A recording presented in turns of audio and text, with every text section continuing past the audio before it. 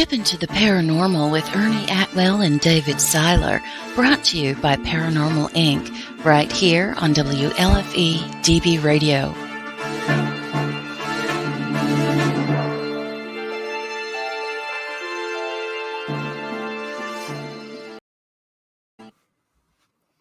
Well, hello, everybody, and welcome to episode 36. I got the right number now. We practiced last night. We did. It is our last episode of 2020. Of the year. And you guys have to forgive us. Dave and I don't drink, so if we seem a little giddy, we kind of have a paranormal hangover. Plus, we've been chatting with our guests in the green room, and they're hysterical. And they already have us cracking up. Bad. But yeah, Sam Miller Mansion last night was, oh my God, first of all, was amazing. It was amazing. That place, it's always amazing. It never lets down. But I got to tell you, David, it was like that building came to life. It knew we were there. It knew. At one point, me and my group was upstairs, and there's a dresser. We put a REM pod up, 2 flashlights up, and a K2. And as we're talking, the flashlights are coming on and off. They have this little bear or bee on the thing that's called Busy Bee. That it's don't confuse that with Jenny B. Not Jenny B, Busy Bee. Well, all of a sudden, both flashlights, as we're talking, go rolling to the left. Don't roll off the dresser. Just stop dead at the edge. And then the Busy Bee goes off and starts making music. We were all just like, ah! You know what was really cool about the night, though? And I was hoping this would happen. We had a pretty good, considering the COVID restrictions, which, are always followed. Yep. We had a sold-out group for what was permitted. Yep. And we even had some guests that was their very first ever investigation. Like, absolutely. For example, our friend Jay, he a big paranormal fan, has been watching all the shows since they started, and last night was his first investigation ever. And fortunately, it was with Dave and I, and everyone there that attended had some sort of experience, whether it was something they captured, on audio or video or on camera, or just a personal experience. You know what I mean? Yeah. And it was a really good time. But now it's time to bring in from the Seer and the Scholar our very special guests, Melinda and Rob. Hello. Hey, guys. What's up, guys? How are you? Welcome. We are so glad you could join us. I know this was not much notice, after you guys had me on one of your episodes. We've been looking forward to this interview, man, because the one I was fortunate enough to do on your show, I had such a good time. And a lot of people that watch Step Into the Paranormal watch that, and we got nothing but compliments, guys. So it was a good episode, and we definitely been looking forward to this. And those that are watching, listening, or whatever, if you haven't seen Rob and Melinda yet, check out their show, The Seer and the Scholar. It's amazing show. Definitely. Thank you. And let me just say, I've seen every Step Into the Paranormal as of to date. So to finally be here is truly an honor and a privilege. Before we start having all the fun, to be serious, guys, I am truly honored to be here. It's incredible, and I'm thankful. Thank you for being here. Yeah, it's going to be good. How are you, Melinda? I'm doing good. I feel the same way as Rob. I watch you guys every Sunday that you're on, and it is a complete honor to be here. Oh, we appreciate it. Why you always look so happy? What are you doing? Well, really, I don't know. I try to be positive all the time. So, hey, nowadays you have to. Amen. What is that behind you? That looks really pretty. That see a feather. I can't really tell what it is. What is that? This back here? Yeah. It's a tapestry that I have up. Oh, it's gorgeous. I love it. Oh, thank you. It looks Native American, almost like a part of a dream catcher in the stars. Yes, it is. That's definitely what it is. For those of you that don't know, my partner David is a very observant young man. It's a good thing. That's why people, reach out to him and try and get him to inspect things, because he is observant, right? Yeah, not much is past. Yeah. Hey, would you look at the photo for me? Okay. Don't start, man. Please don't start. Oh gosh. Oh my God. Oh, we're gonna have to bring some alcohol into this show and make it a little PG. You know, or as our friend Carly Hall would say, Christmas in a cup. Perfect. Perfect. Jack and Carly. Hey guys, tell us a little bit about your podcast and how it got started. You want to go first, Melinda, or you want me to go first? It doesn't matter. Well, what happened was I started on this Global Enlightenment Radio Network, and Melinda, after they saw a few of the episodes, they noticed Melinda too, and eventually Melinda got her show, and we decided together that we should really do a show together, because one of the first things that happened was I saw one of Melinda's live broadcasts, and I felt a connection and said, I have to work with this lady. You know, I've got to meet her and get her on. I do another show called Full Spectrum Universe. So I brought her on a couple of times, and it was just an amazing dynamic connection that we had that really transcended all of, not just doing shows together. We're also on the same paranormal team, and she's kind of showed me the ropes for what paranormal is in a sense, and at a different level too. And I'll let her describe it a little bit too, So basically, it's like Rob said, that's how it all occurred. But Rob had came onto one of my lives, and I'd done a card reading for him. And so that's how it all began. And then when I had started my show on my own, I'll be honest, I was very nervous. And so I was like, what am I going to do for 2 hours? Because, it was like a brand new show, and I was like, I'm going to run out of things to talk about. And so then, Rob, I knew Rob, so we started talking, and we decided to just start the show. But it was really a great move that we done. I tell you, if I can throw my 2 cents in there, what we like to do, like when we first started our radio podcast, we would have a guest lined up and a topic.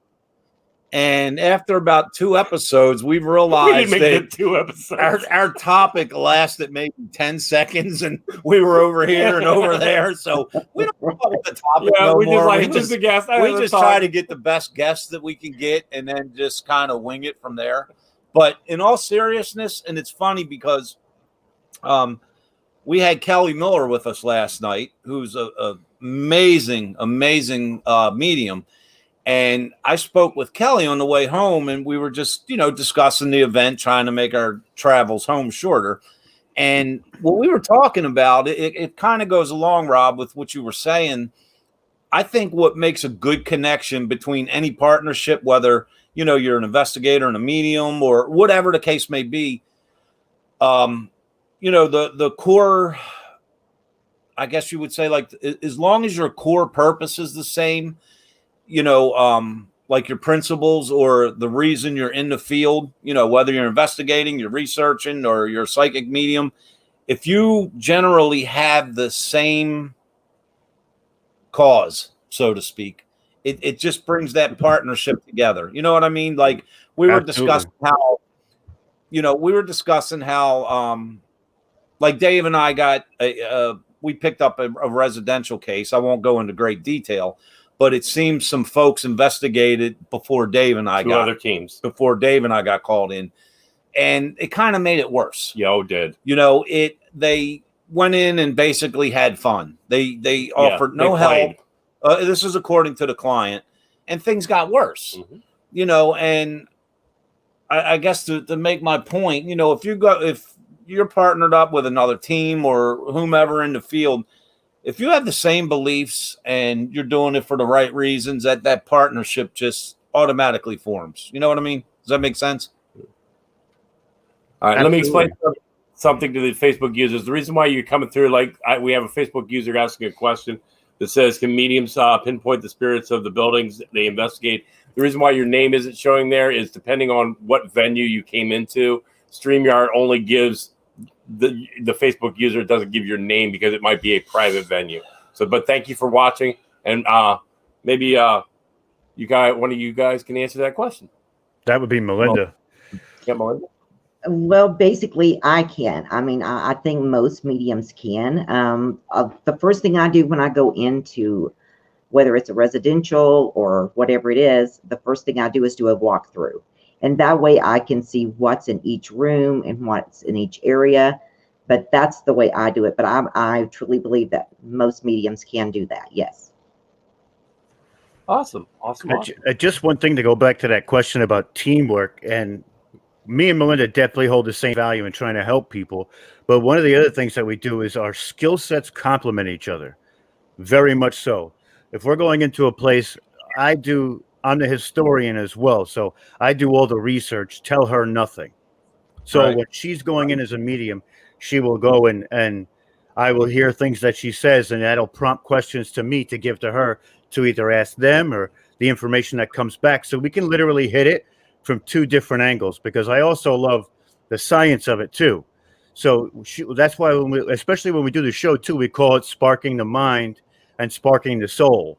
I go in with some kind of factual evidence, and she goes in, and the history of it, and she goes in knowing nothing and just touches the place on a different level than I can. So it truly just they complement each other for a full investigation, all around. I have to that's cool though. I completely agree.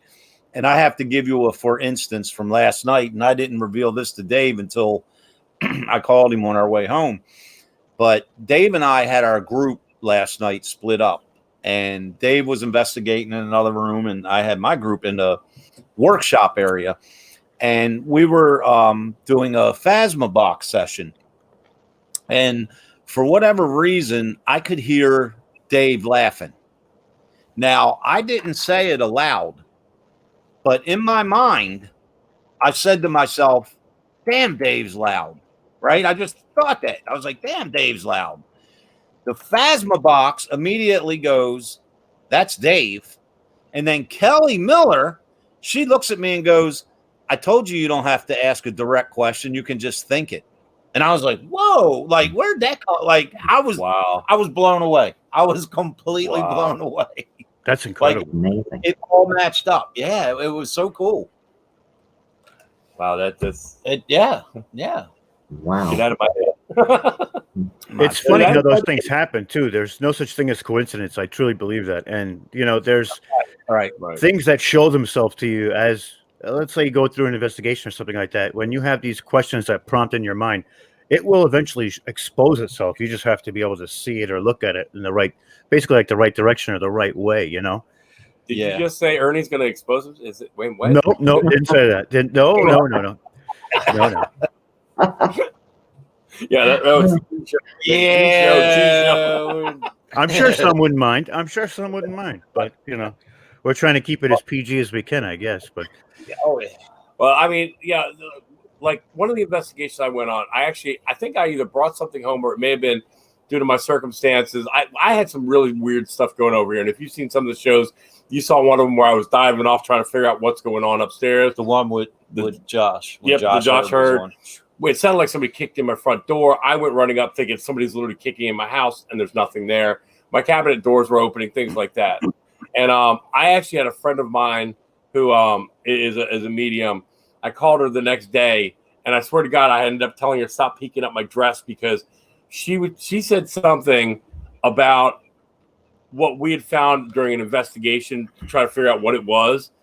We think it was one of my grandparents trying to protect me, and she told me flat out who it was, why it was, and that she did not like a person that I was associated with along the way.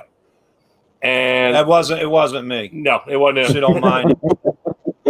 So, but I'm like, the way she said it, because she said it was like, so there's some people that I call the mediums that are the mediums over there, and then there's some people that are like, oh God, stop picking up my dress mediums, those kind of medium. So I'm like, you guys really creep me out. I'm telling you that. Get out of my head. Oh my gosh. Well, everybody at the same time. Go ahead, Melinda. Go ahead. Oh, I was just telling him we won't bite you. No, yeah. Unless you really want it. No. Exactly. But I agree with that too. I've seen quite a few mediums at work, and one of the things I can say is that Some mediums definitely have off days, but I've actually never seen Melinda off ever. When I mean spot on, I mean she could pull a card right now for me, and it'll be spot on, like to the umpteenth power. And that's one of the reasons, when I first started, I was a little skeptical about mediums myself, but I met Melinda, and it was like the fog cleared. I really have this.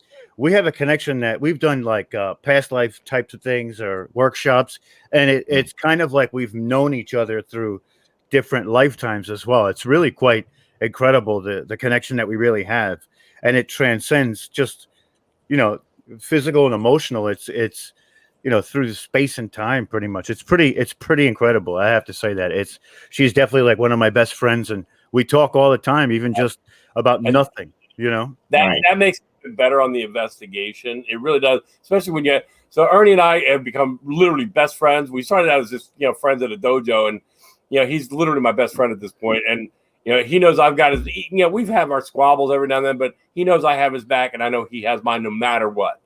So, and by the way, we have somebody asking, I have spirits in my apartment, and one of them is copying my daughter's voice at night to talk to me. Why do they copy your voice? To get your attention.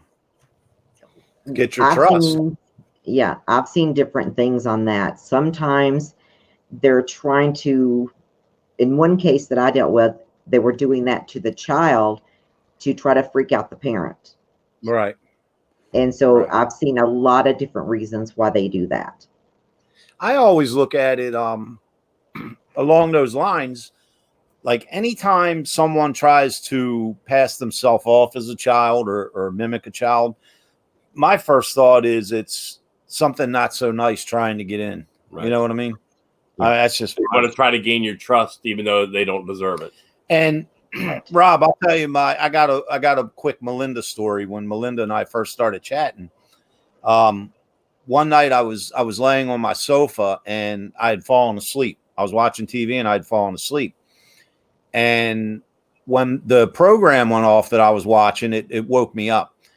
And I thought, the best way I can describe this, I thought something in my living room was on fire, because I didn't know if it was like the, fog in my eyes from waking up, but at the bottom of my steps and along where my television is, it looked like fire, like not flames, but it looked like smoke, like something was on fire. So I sat up, I cleared my head, and that quick it was gone. That was like 5 o'clock, 5:30 in the morning. Very late that same night, Melinda and I was chatting about some paranormal events or whatever, and she got to talking about things that go on in my house. And I sent her a photo, I think just of like the room or something like that, something basic. And first thing she said was that there was a mist at the bottom of my steps and along where like my TV was. And I just found that amazing, because about 17 hours earlier is when I woke up and thought my house was on fire, or my living room was on fire. Wow. Yep, that's exactly how it happened, Arnie. It sure was. You just sent me that picture, yeah. Yeah, and Rob, I want to tell you this one, man. I don't think I told you this. This is a story never gets old about Dave. I went with some friends of mine from New Jersey. They asked me to come along to investigate Fort Mifflin. Oh, yeah. So while I'm in Fort Mifflin, I'm walking across the field, and Michelle DeMaio from New Jersey Paranormal was beside me. So I said, hey, let's video call Dave, pan the camera around, showing what Fort Mifflin looks like. So when Dave answers his phone, we're live video call. He's standing in his kitchen talking to me. Well, I heard what sounded like a young girl mumbling. And I didn't say nothing because I just assumed it was his daughter, even though his daughter wasn't due to arrive till the next day. So we continued our conversation, and Dave's in the kitchen. And Michelle says to me, do you hear that? And I was like, yeah, I hear it again. So I said, Dave, who's in your house? He's like, no one. I'm here by myself. And, he's standing like this holding the phone. So Dave being Dave, he had to take us on a tour of his entire house and flip the show around, us, in the closets and under the beds, and no one's there. So eventually, Rob, Dave goes back to the kitchen where he originally answered the phone call. Mm-hmm. Only now the cabinet door was open. Right, and the thing is, I was like, they could see it behind him, and he's like, Dave, turn around. He didn't know it, and I'm like, Dave, turn around. He turns around, and the cabinet door's open. It was so funny. Wow. That's crazy, and it's funny too, because I've done interviews with a couple of other mediums, and they've told me certain things, and they were definitely on the right target. But when I speak to Melinda, like I said, it's just a different thing. It's like then I watched. We did this one show, and where it was actually on Full Spectrum Universe before we had our own show. And what we did was we were bringing people in one by one, just like this, into StreamYard, and to see their faces and all the things that she said to them, it was epic. When I mean epic, like she was helping people on such a level, and you could see it in their faces. So, and she found all types of connections. I believe we also did another show where she was connected to somebody whose brother had come to her and actually communicated and was talking to her. And she was just seeing it in the comments. She didn't even see the lady's face. She did it via like just focusing on her. I was in awe of that. So, that's crazy that you hear things and then your cabinets are open. I mean, that's quite crazy. Other than like chatting with Melinda or other mediums that we deal with, and them just telling me something randomly. Do you know I have never officially had like a reading or spoke to a medium or any of that? Yeah, I haven't either. Yeah, neither of us. But I'm too afraid that I'm going to learn something that I really don't want to know.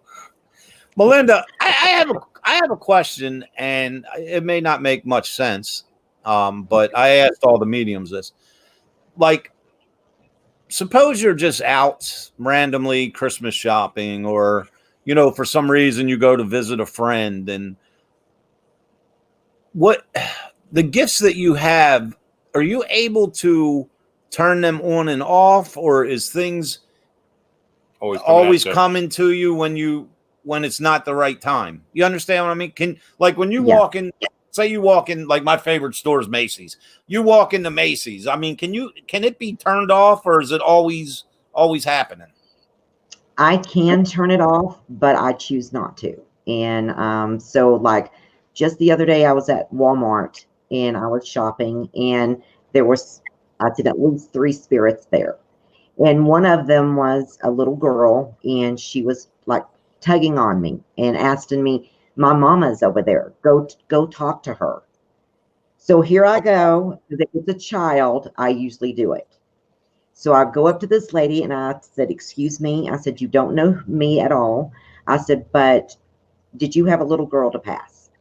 And she's like, looks at me, and I mean, tears just start running down her face.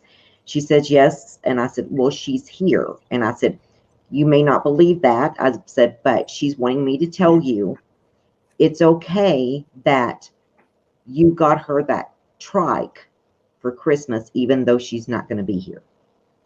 Oh, wow. Her mom just went to the ground. And so she knew without a doubt. And so because of those reasons, I leave it open, because I want to help as many people as I can. Oh, wow. That kind of like took the wind out of my eyes. I was gonna say, you just took the wind out of both of our sails. Wow. That's amazing. That's just wild. I guess you got to kind of keep it at your discretion, right? To tell when to tell them, or if to tell them at all at that moment. Like that's a rough one. That's for sure. Yeah, and if but I'll spirit bet made her day, week, month, year for real. Yeah, she contacted me. She wanted my information because she wanted the father to be there. Because what had happened was the little girl had contracted COVID. Oh God. And she had been with her grandparents in another state. So she passed in the other state. She wasn't even with her parents. So it was very, very sad. And so I'm like, I do look at every situation and decide, and I've had people I've went up to and they're like, you're crazy, get away from me. And then there's nothing more I can do at that point. Right. But, I try to deliver the message, especially if it's a child. Wow. Yeah, but when you literally, it's like setting a grenade off one way or the other. It's you're gonna either get a good reaction or a bad reaction, and wow, that's just that just thinking about that as a parent, my mind would just melt at that point. Right. Wow, nice one. So that answered my question. Wow, she just went bam. Jeez Whiz. We have somebody saying, I'm not much help. Haha, sorry. Yesterday was my first investigation, but from my point of view, spirits can catch on quickly no matter if you have been to the place or not. Maybe the spirit heard your name through something else and they decided to go say, it's on for you to hear. Wow. We need to put some periods in there and some comments. From my point of view, I think they have like this, and this is only speculation. This is no way factor, but I think that they almost have this ability to transcend. Like you said, they can kind of see what you're thinking, what's going on, and they have an altered perception of what. Like we have a perception of what's in front of us by vision, sight, sound, smell. They have extra perceptions that they can literally get information out of either people or, like you said, if they can hear what's going on around them, they can hear the faintest whispers because they are this, this energy that kind of permeates. They don't have to be visible at any moment. They can be almost everywhere, Yeah, well, like before the show when we were talking, I was telling you about the kid that leaned against my knees. And I'm not a psychic. I'm not a medium. I'm an extra large, but whole another story. Extra large, my ass. That's 3X.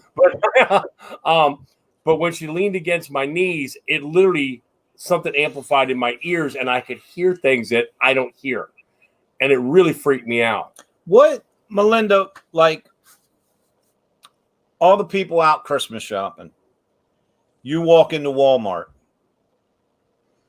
How does that child spirit know you're the one? Usually what happens is when I see the spirit, I look directly at them and we make eye contact, so to speak. Then that's how they know you're seeing them. They know you can see them. Wow. Yes. Wow. So to the spirits and like that, for like that little girl, you're basically like an angel, not just a medium. Right. That's exactly what she called me. That's exactly what she called me, Ernie. Wow. Yes. That's weird because that's what she said to me. She said, "You're my angel." And wow. It was very moving at times, when it was all happening. That's like putting on a Superman cape and rolling through. That's just that's incredible. What Rob, I don't mean to throw you on the spot, but I was thinking about our conversations when I was on the Seer and the Scholar. What is it that intrigues you personally to get further into the paranormal? I've done quite a bit of research, but I also feel that doing this in the paranormal is like it's almost like an homage to the history of places too. And I'm a really big history buff. So and I also love tackling things that can't be explained. I'm a researcher by nature, right? So what I love to do is to find everything out about the place when we go in there and I investigate and I try and find something or capture something that maybe somebody else can't get or come at it from maybe a different angle. So I love the variety of it, being able to look at things from different perspectives and kind of, go into investigation open-minded. But I feel like we're actually helping the entities as well too, where we kind of do things a little bit different than some other teams. And we want to come in on a level of respect and really let them get their message out where they couldn't normally portray that to a lot of different avenues like that, because some people come in and they're like a bull in a china shop. They just want to get the place, get the info and get out. Some people don't want to help the spirits at all. Sometimes Maybe a spirit needs to cross over. Maybe they just want to be heard. Sometimes when you go through the history of a place, you can tell that there's so much sadness and so much wrong doings in that place that when you come in with a good and positive vibe, they kind of feed off that, and they feel like it's like making a difference for the people. If it's a homeowner, you make a difference for the homeowner, or the place itself, And see, I think that, like, as far as our investigation last night, it was just crazy active. And, Dave and I have had public events at locations where, we would go and lead the public on an investigation, and it was just total insanity how active it was. 2 months later, we'd go back and we would look at each other and be like, man, is there even activity here? Yeah. But I think, my philosophy is that when you go into certain places, I like to call they're like resident spirits. They choose to be there. They're happy there. They've been there a long time. Or, they may just pop in and out there, but that's their happy place.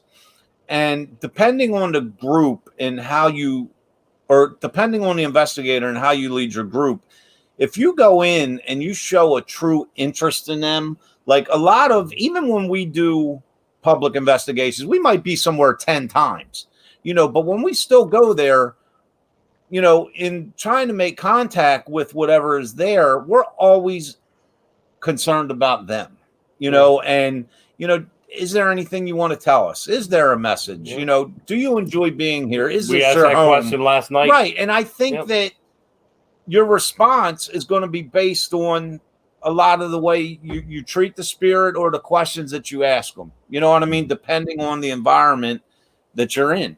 And I completely agree with you, Rob. You know what I mean? If you are one of them investigators that go in and, do you like being dead? Do you know you're dead? It's like, come on, guy, and show a little compassion to the spirit. Show respect. Show some interest and let them know that you want to hear because they're there for a reason. Right. Like we were talking, Rob, on the other episode. And, I feel that any intelligent encounter that spirit has a purpose. They're not just there to be there. And when you show that genuine concern and interest in what they're trying to say or why they might be there or visiting there, I think that it just amps up the energy and you get a better response. Absolutely. And if you think about human nature, even after they pass over, they still carry that human aspect of just wanting to be heard. People want to be heard no matter who you are. If somebody shuts you down or shuts you out, you get this feeling of like, well, all right. And then you tuck your head down and you walk away. They're the same thing. They're just an ethereal form. They probably got all the emotions that we have. And I'm sure Melinda can attest to that. So we're basically just trying to let them speak and be heard, because not everybody has the ability to go in there with a medium and communicate on that level too. So, it is a great asset to have a medium there too, because she tells me things that maybe I wouldn't have known by just getting an EVP or an incomplete message of sorts. So we have a whole picture and we try and break it down and figure out the best way to proceed forward from that point, Yeah. Sorry, I was having a little technical difficulty. There it goes. Yep, there you go. What? I fixed it before I had to fix it. What, Rob, if you could go anywhere at all to investigate, where would you go? Anywhere in the world? Anywhere. I want to go to the suicide forest in Japan. Oh, I feel that there is a lot of pain and hardship, and I think that might be there might be some questions that could be answered with the right team there. That's yeah, I like that. The thing is, though, that I've heard stories where people go in there and they don't come back. Right. Well, hopefully, whoever's venturing in there protects themselves properly and does the research on what, some of the things that they may encounter. But you never know. It could be. It could check out. Nope. I think big. I just want to go in big. I think that's probably like the most sinister place that I could think of that I would really want to go, or off the wall place. Hey, we just had a comment come in. Miss Tori Smith. She's the founder of the Paranormal Relief Project, which is May 1st, 2021.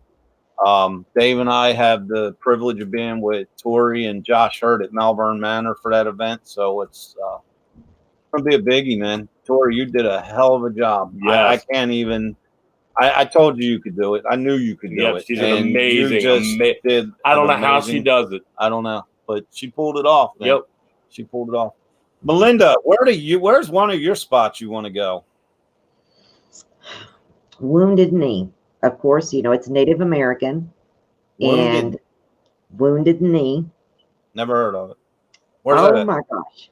It's in South Dakota, and it's in the 1800s when the Lakotas were fighting, against the white people, and there was a massacre there.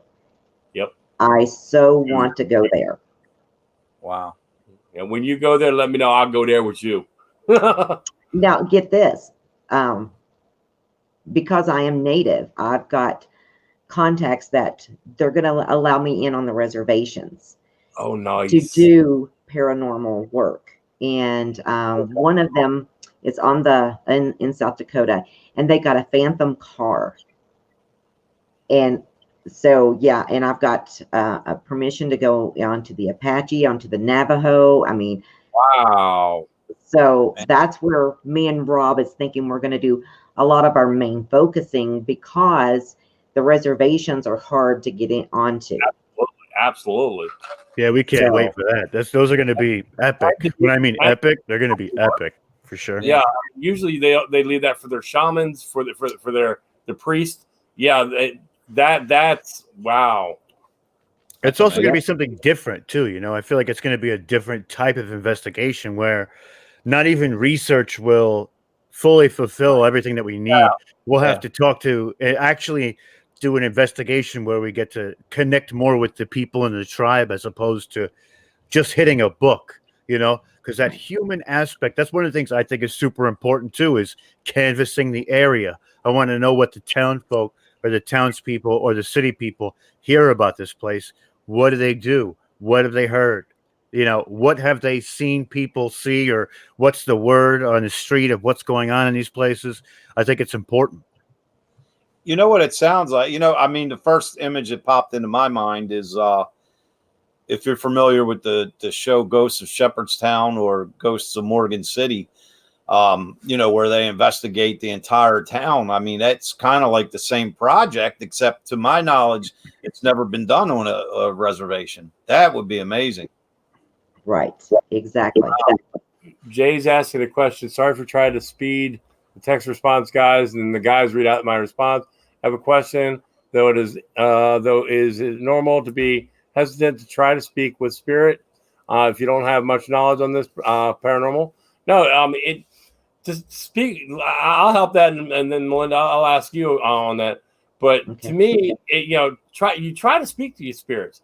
You never know what kind of response you're going to get. And when you speak to them, just keep this in mind. And this is advice we give to people all the time, is if you think someone's trying to contact you or visit you or whatever, they're just a person without a body. So just speak to them as if you were talking to your brother or sister or whatever, no one's going to think you're crazy because you're not talking to yourself. So just if you think someone's there trying to reach out to you, just speak to them as if they were standing there next to you, and grab a tape recorder and on your phone, record, and then see if you get a response from it. And that's your best bet. Just speak natural, just like we're speaking to each other now. And that's exactly what I do. Right. We have another question. Can spirits make you hot, then cold, then hot again? Absolutely. Yes. Yep. Temperature change is normal. That's one of the things that we usually find, is where you feel these cold spots when you go through places. That's when I was explaining to someone last night.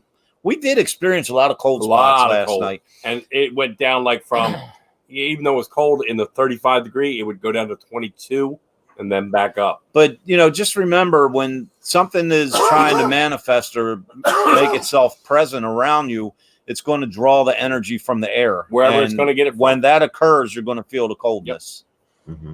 It's almost like a different cold. It's not just like an icy cold. It's like almost like a tingly hair raising cold, like your arms, like almost like goosebumps would be a better way to put it. Like when you get that goosebump chill, where you're like, okay, all right, Last night, Rob, Dave was on two floors up from where I was at, and so we're doing our thing with our group, and there was a certain part of the floor. Whenever I went to the center of the room, at first it felt like someone tickling my cheekbone. So I didn't say nothing, and then I felt it again, and then it felt like something crawling. It would go on my ear, and then it would jump to this ear. And then I would walk from that spot. Deliberately, I was walking around the room talking. I'd go back to that spot, and then it would start again. So when we take a break, we all group up, and we're down in the main parlor. And Dave said, "Did you experience anything?" I asked the spirit to do something to you, and I was like, "Man, I just had these strange sensation type feelings on my ears." And Jenny B and I gave a high five. We were asking our spirit go down and mess with Ernie's ears and tug on them. Wow. Yep. That's wild.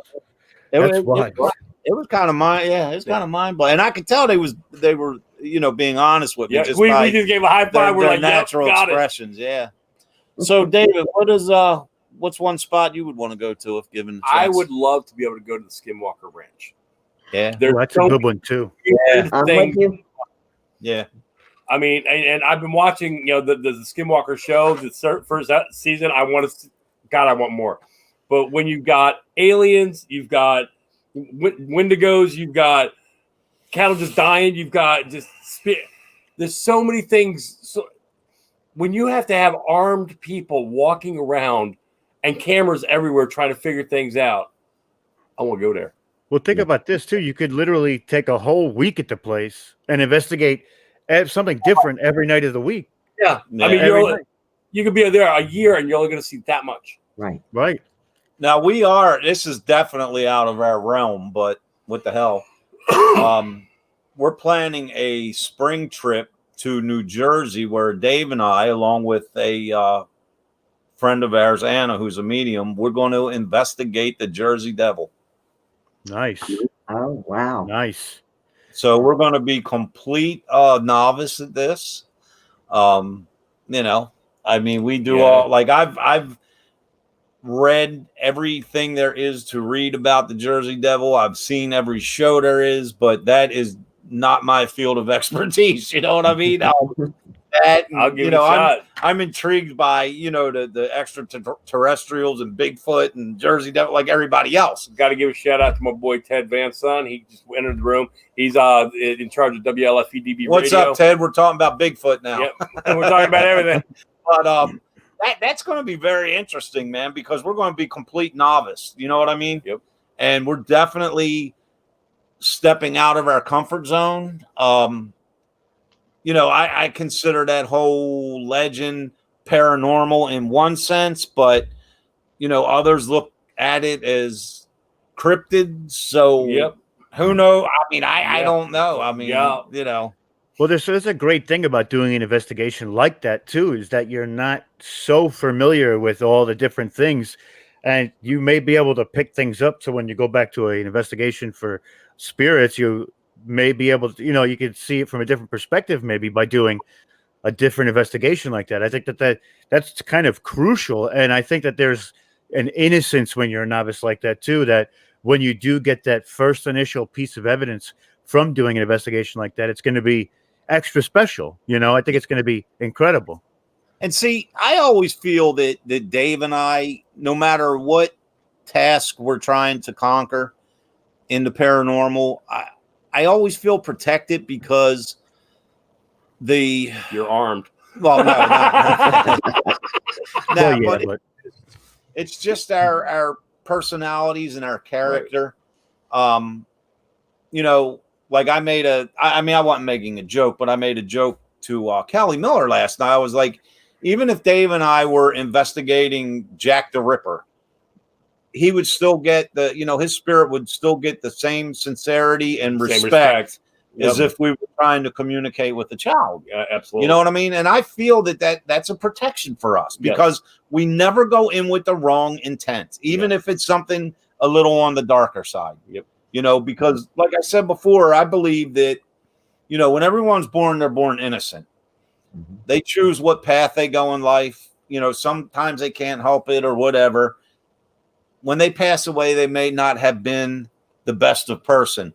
However, once they pass away and their soul leaves their body, I feel no matter the age of them at the time, that their soul is back to that original innocence. And that's why everyone should be investigated or treated with respect. Amen. You know, I agree with that 100%. 100%. Yep. That's why we try to teach in our seminars, no provoking. Yeah. Speak with respect. Because if you give a spirit respect, they'll give you respect. Mm-hmm. You know, if you try to, you know what? If I die in this house, it's my house, and you come in as a new person, I'm dead. I'm not going to really know that you're taking over my house and what.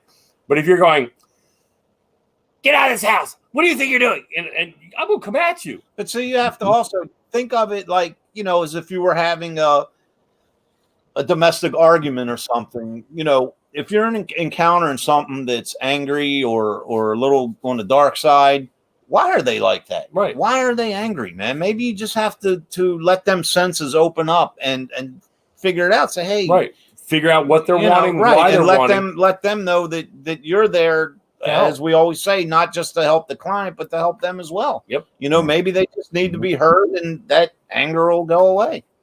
Amen. I mean, you might That's true.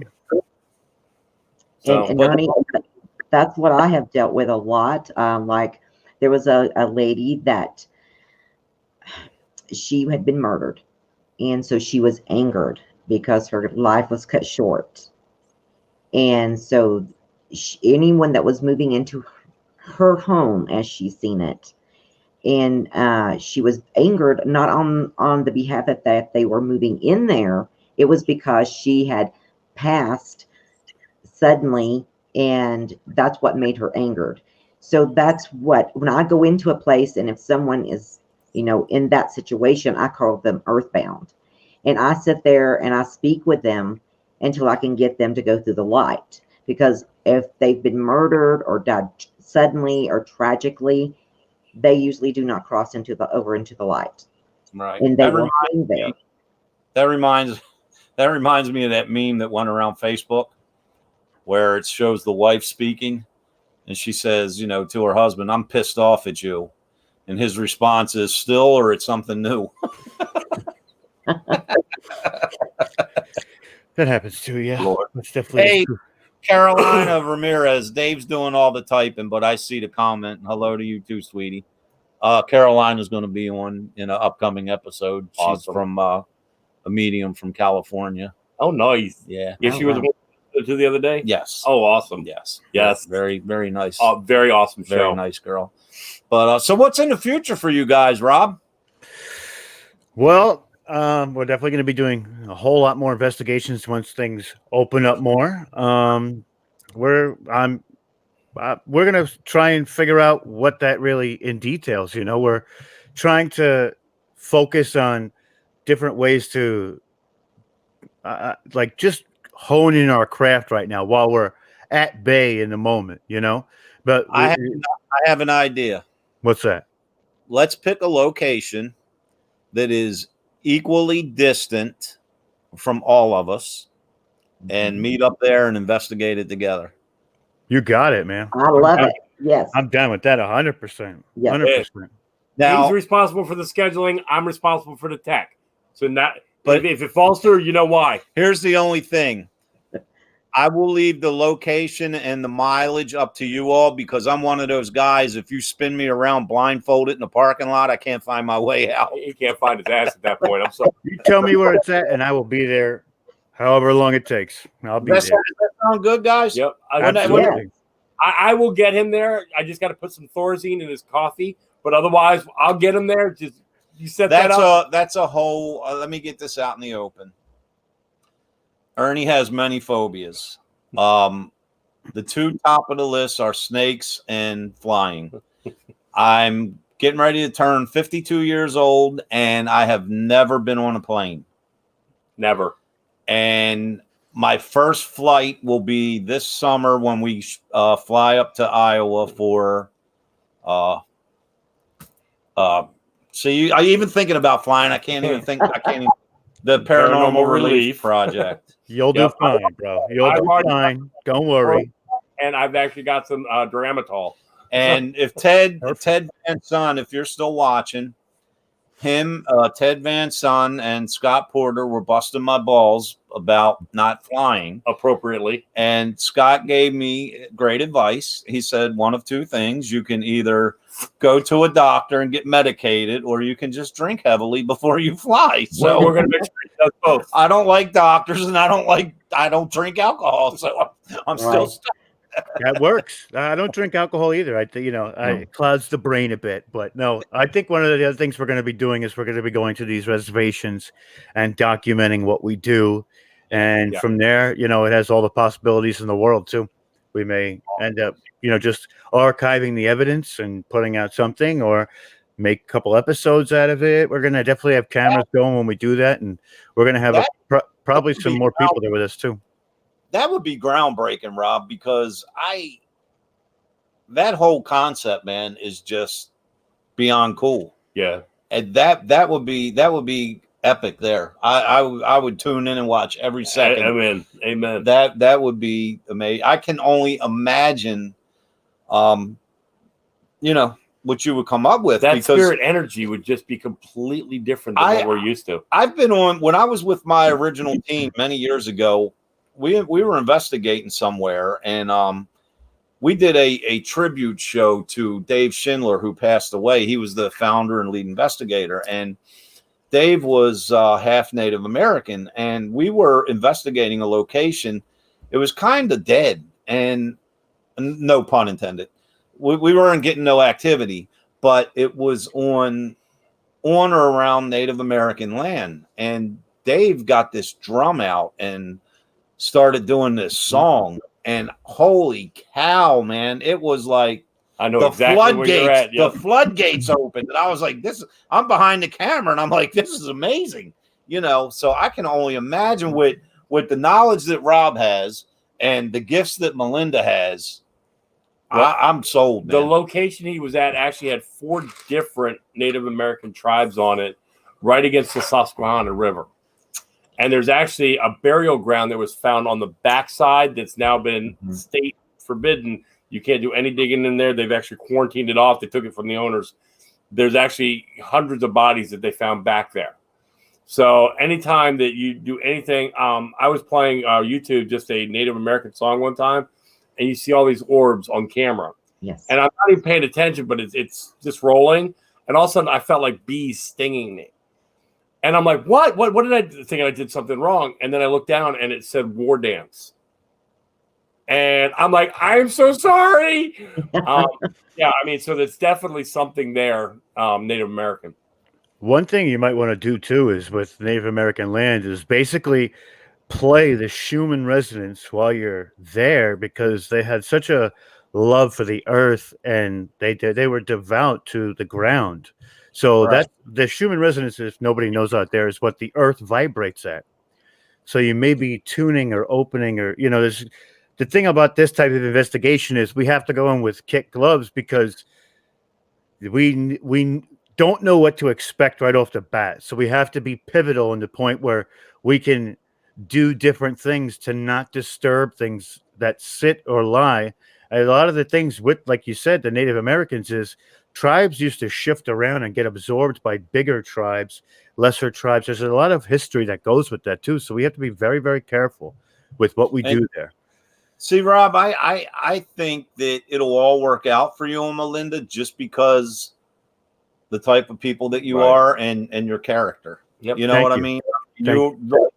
and I'm not saying this because you're live with us, but when I was done your interview and I went upstairs and met with Dave, and I was like, I tell you what, man, I was like, that was so much fun. I said, because they are just beside the knowledge, just so genuine.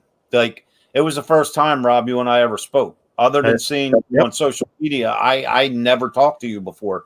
And I was like, man, we just kicked it and clicked. And I said it was just because of the character of you and Melinda. So there is not a doubt in my mind, no matter where you go, whether it's you're gonna do good, where you said, Rob, in Japan, or Melinda, where you said, or even where David said, no matter where you went or what you tried to conquer, you're definitely going to come out on top just because of your personalities and your attitude and your character. Most definitely. Yep. Well, Dave, I want to go to Skinwalker Ranch too. Let's go. Let's go. I got elbows. I want to go. Elbows as we're getting in there. Now, I went to this one place. It was on. It's called Fort Bowie here in Arizona, and there was an area that Geronimo was kept there. I know where you're at. I live in Phoenix. Okay. So. And so they called me out there because they kept saying at night they would hear drums and they would hear chanting. And so I went there, and there was like a small band of Chiricahua Apache there, and Geronimo was one of them. Wow. Oh, wow. And so, you know, and he's not going to leave that area. They would not leave. There's no way of getting them to leave that area. No. Oh, nice. We have a question. How do we get rid of porcelain doll? There's a spirit attached to the doll. Oh, that's going to be tricky. The first thing I would say is I would need to know, I would need to see the doll and to see what is attached to it, what kind of spirit it is, because there's different routes. I would go with it according to what type of spirit is attached to it. Right. The heritage of the doll, where it came from, how it became the way it was. That's all important stuff. What you guys were talking about before is the integrity of the investigation and walking in there and not like pissing anything off. You just want to investigate. These are the types of things you need to do first. There's always a process, and this is kind of our process. And Ernie, last time you were on the show, we definitely did click tremendously. And I have a ton of respect for the both of you guys. And, this was like a bucket list that I'm on the show now, so I could check that off. And I love you guys to death, man. I think that I can't wait to do that investigation. I think it's truly incredible. Truly incredible. Yeah, I'm dead serious. We got to come up with like a neutral location. I don't care where or what. You know what I mean?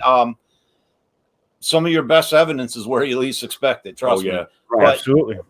Come up with a neutral location that's about equal for all of us, and set it up, and let us know where our schedules are in sync, and that would be awesome. We could even do a step into the paranormal episode from there. We just need a little extra. Yeah. There you go. But you guys definitely within the new year, man, you guys have to come back on. Oh, definitely. There's so many things like I said, Rob, when I was on with you and Melinda, man, we didn't even scratch the surface of the way I would like to. When you can make me laugh before the show to the point where water's coming out of my nose, you've got to be back on my show. Come on. Well, listen, whenever you guys want, man, we'll be here. Yeah. We'll be here. And we want you guys. Yes. We want you guys on ours too. You just shoot us some dates and I'll make it happen. Yep. I do all the scheduling. He's scheduling. I'm tech. So, and when we do the investigations, he investigates and I review. That's like me and Melinda. She's spirit. I'm books. Let's get it. That's it. I tell people he's a paranormal researcher. I'm a paranormal investigator. And there's actually a true differential between that. He does all the history, the behind it. I like finding things. I'm a network engineer by trade. I will fix it. I will find it. I will get it together. That's what I do. And I'll do the tech afterward. I will find it in there, and I will be able to show the evidence. I will be able to say, look here. How does this? That's what I do. He can tell you anything you want to know about the history behind a property, about how it possibly formed. That's all him. Yeah, I just, you know, you have to, and that's what makes our partnership work. Like, you know, what got me into the paranormal, you know, the things that I've researched and studied that after years and years, what led me in the direction of the paranormal. I mean, that comes into play now because Dave can call me up and say, hey, you know, we have a potential case. This is what they're claiming. And by the time he's done explaining it, I've already formed in my head what I think it is and ways to help. Yep. And then once I bring that forth, that's where he kicks in with, you know, this is how we can clear. Yeah, and it all just goes together, man. We're like a, I don't know, thunder and lightning. That's it. Like shake and bake. That's There what it is. You know, me and Melinda actually just did that about 2 hours ago. She called me on the phone. She says, listen, let me tell you what's going on. What do you think? Just, you know, running it by each other. And that's important, you know, because that's how you also get to know each other. And you know each other's strong points, which also is beneficial. And then from there, it takes on a whole life of its own, you know, the interactions and everything. When you get a true paranormal case that comes in and it's somebody that's having experiences that aren't, you know, versed in the topic or educated, I mean, you know, there's a difference between putting a Band-Aid on the wound and curing the wound. You know what I mean? And that's like the you know, case we're working on right now. You have that knowledge behind it before you go into investigate. You know what I mean? Especially, you know, like I love the cases where, you know, it's trying to differentiate if it's something good or evil, because that's right up my alley with the religious studies. You know what I mean? And instead of, you know, just going in trying to figure out, I'm sure we get cases where we're just trying to figure out if something's actually there. Right. But the ones that are a little more in depth, I mean, that we kind of, I don't know, that just works for us. Yeah. You know what I mean? Right. We like the harder cases to solve, so to speak. Yep. You know what I mean? Because some people, don't get me wrong, man. Some people have contacted us just wanting to know if something is legitimately there, just so in the future they can investigate themselves or whatever. You know what I mean? We actually caught a case where the guy swore to God there was a demon in his house. He sent us these pictures of black holy water, cables that burn, a whole bunch of other stuff. We actually got up there and during our investigation, we came up with a name and gave it to the homeowner. And he went like freaked out, running out of the room. We're like, what just happened? He comes back and he shows us this deed. Oh, I told them about that, Rob, because that was the one you said you've heard about it, but you've never heard a firsthand story. Yep. It was where the homeowner was trying to warn him of the roommate. And it turned out the roommate was trying to scare him out of the place so she could move her boyfriend in. That was an incredible story. That was an incredible story when you told us that. I think that was one of the best stories I've heard. I mean, it was pretty wild and intense, you know, and it just goes to show that sometimes people are worse than the entities. You know what I mean? And the thing is, based on the evidence that was sent to us prior, Dave and I already knew. We already knew what it was. Yeah. But we still had to go and investigate. When you get 3 scratches on the mirror and one's up high, one's hooking down, and one's like way down here hooking. But we still had to go in and do what we do, and you know, like any other case. But we handled it like a police case rather than when we started getting legitimate evidence. Yeah, we were like, hey, there is something going on here. Right. Now we do need to figure out, you know, what it is. And fortunately, whatever device we were using, and we come across the first and last name of the homeowner. Yep.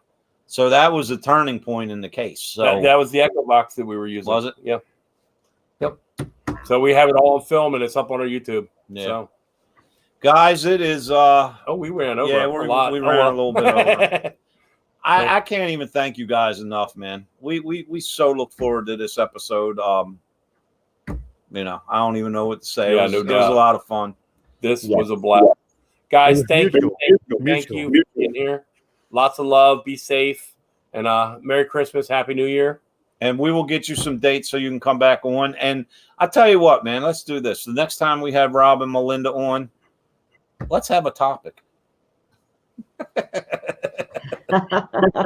You let me know. I'll blow your mind with it. I'll just investigate the hell out of it.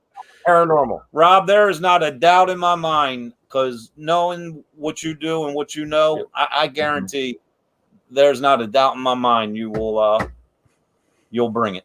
Yeah. Guys, thank you again, and have a safe and Merry Christmas. God bless y'all. And I will be in touch in a couple days. Feliz Navidad. Thank you. All right, guys. Bye. Bye. They are awesome people. Well, that wraps up 2020. Yep, episode 36 is at a close. We will be back 2 weeks, which will be 2021. I don't even know what to say. Yeah, It's been a good year. We've been doing this a year and a half now. The show, you mean? Yeah, the show. Yeah. It's funny because, Dave and Paranormal Inc. had formed years prior, and I was getting ready to walk into a dance recital one night, and Dave called me, and he was like, dude, everybody knows how Dave gets excited.